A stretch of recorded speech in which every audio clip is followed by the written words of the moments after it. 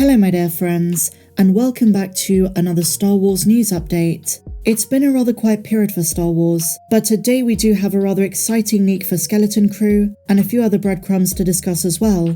Also, considering we're coming up to the 25th anniversary of The Phantom Menace in 2024, there are a couple of juicy things coming up on that subject that we do need to speak about as well. But before we dive into any of that, my dear friends, please be sure to hit the big red subscribe button down below if you've not done so, and also be sure to hit the notification bell to be alerted every time that I post a new video. But without much further ado, and without any more jibber jabber, let's dive straight in. The nominations for the 2024 Saturn Awards are out, and they contain a really awesome dose of Star Wars. Leading the way across multiple categories, Andor's first season and The Mandalorian Season 3, which are both being nominated for Best Science Fiction TV Series.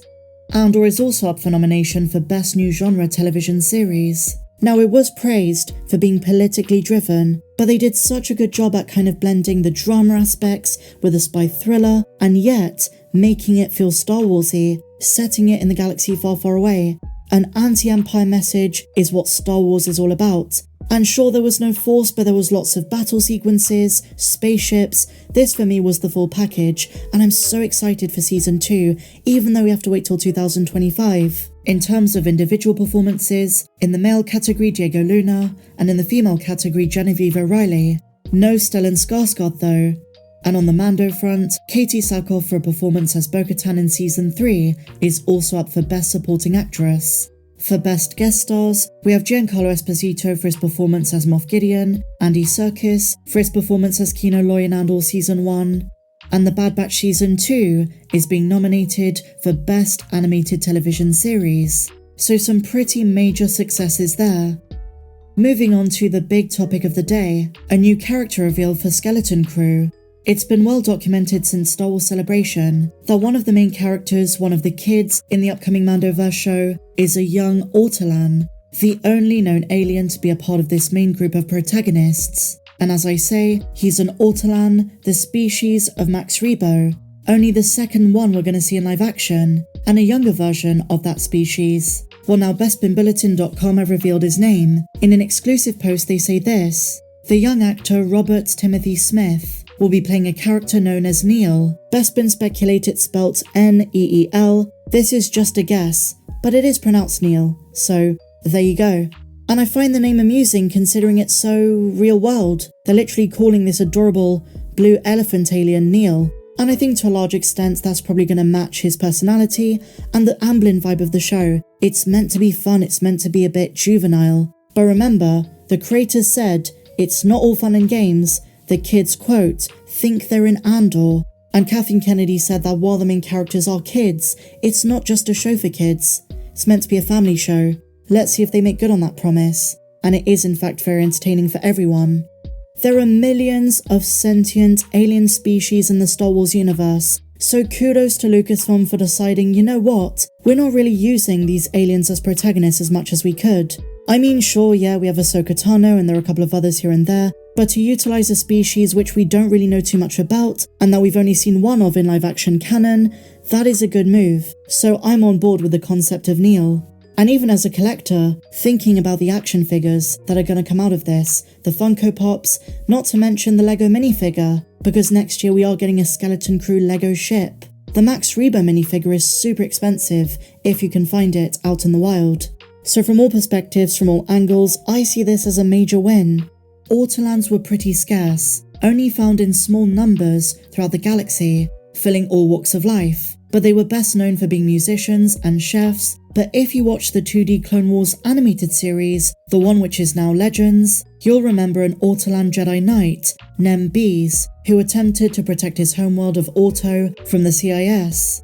Now, I floated the possibility of some of the children in Skeleton Crew possibly having the Force, and I should just preface this by saying it is mere speculation. In all likelihood, none of them are. But just to go a bit crazy with theorizing and just for a bit of fun, if there is one kid I hope they allude to having some kind of Force abilities, it's this Ortolan, Neel. It's just so rare we get another Max Rebo in the galaxy, so why not go a different direction? Instead of having this kid just be a side character, I can definitely see them reducing him to comic relief. Why not take a different direction?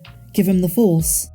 We know Tatooine is a part of the show. We're gonna see Jawas, according to Jude Law, and the TTATL gatekeeper droids from Boba Fett's palace. Could you imagine if this is where Boba Fett is reintroduced? I haven't seen anyone theorize this. But anyway, Skeleton Crew releases sometime in 2024. We also now know that one of the children's fathers is being played by Tunde Adebimpe, musician, singer, and voice actor. And so moving on, guys. As I mentioned at the start of this video, we're already coming up to the 25th anniversary of The Phantom Menace. We know Hasbro have some special releases coming.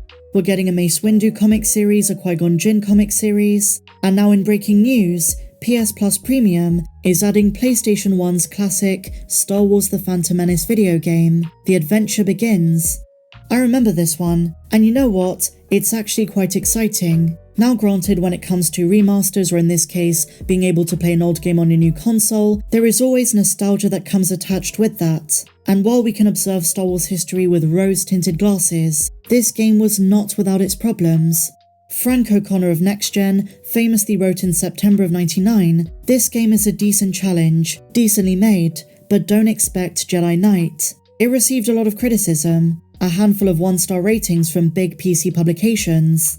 And sure, it may not have aged well, but now nearly 25 years on, the retro look and vibe of it feels rather cool, and to be able to play it on PS4 and 5 is going to be a laugh. Depending on the level of the game, you got to play as Obi-Wan, Qui-Gon Jinn, Queen Amidala, Captain Panaka. And did you know that while the plot of the game follows that of Episode 1 the film, it expanded on some minor events and gave different perspectives of familiar scenes from different characters' points of view. For example, on Coruscant, during Anakin Skywalker's interview at the temple, we get to follow Queen Amidala and Captain Panaka around the rest of Coruscant, something never shown or mentioned in the film since we're given Anakin's point of view. There's also some really fun boss fights, such as the Tusken Raider Chieftain, Jabba the Hutt's Pit Beast, and of course, everyone's favourite from the game, fighting Darth Maul. You're also introduced to some more inner workings of the Trade Federation, led by Viceroy Newt Gunray. All I'm saying is it's going to be really exciting to play this game after so many years. And so I ask you, did you play this game? Do you remember it? And will you be playing it on PlayStation Premium? And finally, my dear friends, on IMDB, Ahsoka and the Mandalorian place 2nd and 5th on the top 10 list for most page views for a TV show. That is rather impressive. And that is why so many fans are calling for an Ahsoka Season 2. It might be a while till we see it, and for Mando Season 4, we're gonna have to wait another year and a half. But with that said, my dear Mandalorians, I hope you enjoyed today's video. If you did, share your thoughts down below. Please be sure to give me a big fat thumbs up, subscribe if you're new, and I'll see you in the next video. May the Force be with you, always.